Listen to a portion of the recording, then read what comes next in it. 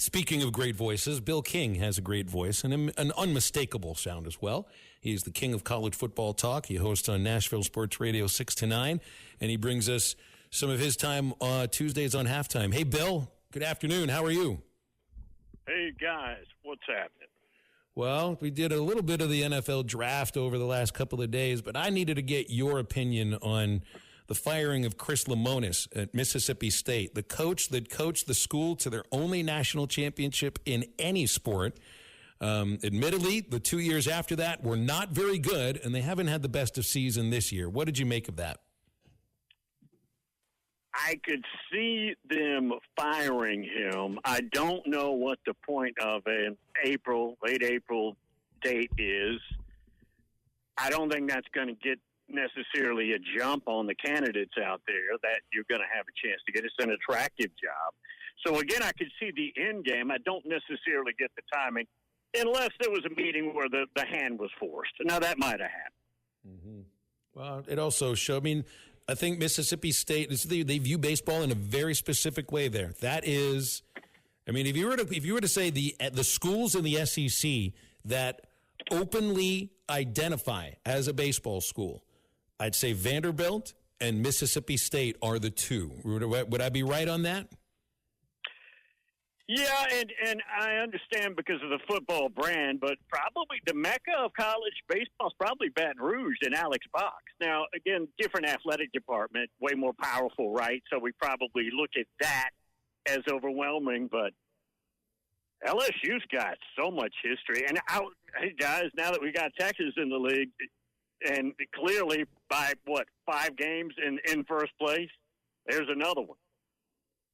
No kidding. No kidding. And we get them this weekend here in Fayetteville. So a resumption of yeah, it'll be on TV. That's for sure. All right. So then let's get into. Well, I got to ask you about. I don't know if you'd seen there's been an amendment to the NIL law in the state of Arkansas. You probably read about this. It's the first state that is exempting the direct payments from the university to the athletes in terms of state income tax. Any third-party NIL deals are still subject to the state income tax, but not the direct payments. And that's the same for any of the institutions within the state of Arkansas. Now, Bill, we appreciate the idea. Arkansas is the first of these states, but they're not going to be the last, and I have a feeling that this is the kind of law that's probably about to get passed in a lot of states in our region. It's a good idea.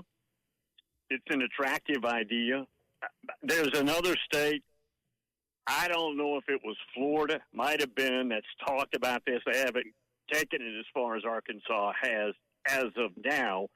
But I would think any prideful state that's a football state that wants to win in football would pass that law.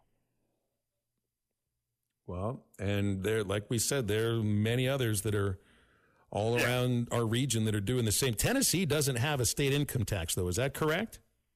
Correct. There's only maybe a 5 or less. Tennessee Texas doesn't have one. Mm-hmm. No, and they got enough money. Maybe Alabama, but there's not many. There's not many. And now we have our sales tax on eggs, milk, whatever, is 10%. So that is higher, but I'm good with that.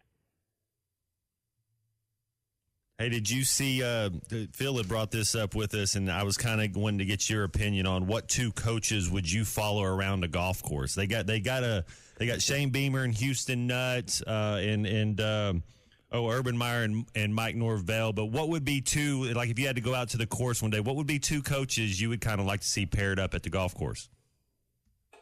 Do I get to talk to them, or do I just absolutely have to watch? Yeah, or you can be a fly on the wall and just listen to them go at it. Well, okay, it's going to be former, but recent former Urban Meyer and Nick Saban, because they are the most generational coaches of this era, and that conversation would be good. Now, there's so many questions that first of all, I think the media is terrible at asking questions, just in general.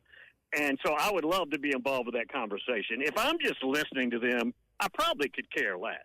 I know what they think.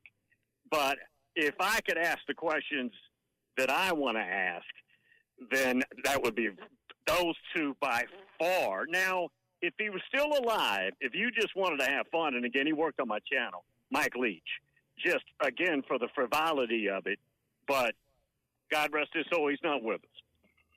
Okay, well, then I got to ask, what would be, you're going to get a free question to ask Nick Saban and then a free question to ask Urban Meyer. While they're on the golf course, they're feeling good, they just shot a great round, they'll answer anything. What are you going to ask? You guys, if I gave you 50 guesses with Nick, you wouldn't guess it. Number one, since the commissioner of the league isn't there, I'd ask the commissioner, but I'll ask Nick because he probably knows what the commissioner thinks. Did the SEC, with their high and mighty TV deal, their new one, a couple of years old, that is a very good deal, did they mistakenly leave money on the table by not letting other networks bid it like the Big Ten did? Big Ten's got a better deal. I've never, ever, ever, did I say ever, heard that question asked. You think you think you get a legit answer from him there? I've just wondered about coaches paying attention to the money that leagues get from network partners. Right. But so often that, they figure that some of that money ends up in their pocket too, so they probably do pay attention. I would ask Nick, and this has been asked, and I haven't heard him answer, but I know it's been asked. The 2010 team, one of his better teams that lost 3 games, it was a total knucklehead team. Apparently, he could not get to that locker room. They lost at South Carolina. It turned out to be a good Spurrier team. I would want some insight into that because I had somebody tell me, a player, that Nick has said that was his best team. You could argue that had the best personnel, and it completely collapsed. They went 10-3, which by their standards is a collapse. That's one of the other questions.